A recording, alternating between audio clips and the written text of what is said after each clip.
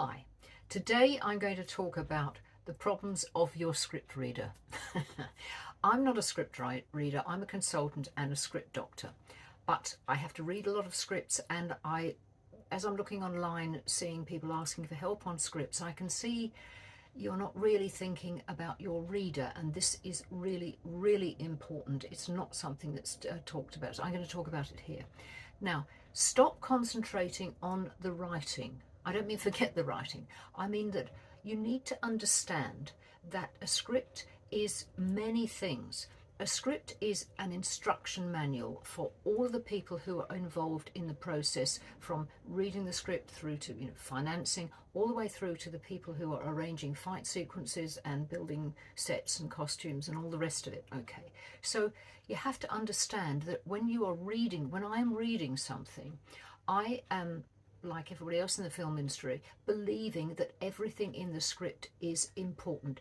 Everything you put in the script is deemed to be important. Okay, so if you say, for example, that somebody is wearing a striped t-shirt, it's taken to mean that the striped t-shirt is important, perhaps because the person will go missing, but their striped t-shirt will be found in a ditch. Okay, it's deemed to be important.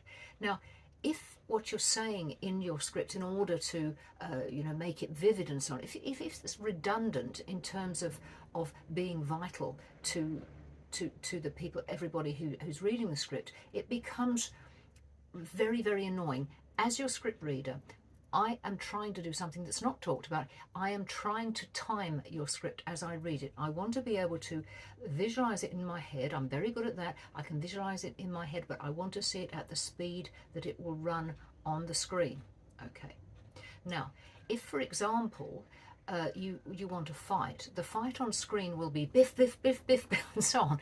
But if you, in your script, in order to make it more vivid, you're saying, she falls onto the bookcase, he punches her on the nose, she jumps backwards, he trips her up, all of this sort of thing is very annoying to me, because I know that that the people arranging the stunts, the actors and the stunt people and so on, they will choreograph that in their own way. They're not going to obey what you say, and you probably don't really care if they don't have a bookcase behind, or if she does this. You don't really care. You're just trying to get the mood across. Don't do that. Just say they fight, because then I can say, oh, they fight. She wins. I can hold that. I can imagine that that's running for a few seconds. Do you see that? Just think of the reader, because if you keep loading all of your scripts with redundant stuff, it's really hard to read. I can't even skim it, because I know that quite possibly you have concealed somewhere in there a vital piece of information, as in she drops the ring, and later in the script that will be picked up. Do you see? So think of the reader and think of your script as an instruction manual that needs to be vividly written, but not full of redundant stuff. Read a lot of scripts, and then you'll get the idea of how people do it. Okay, I hope that was useful.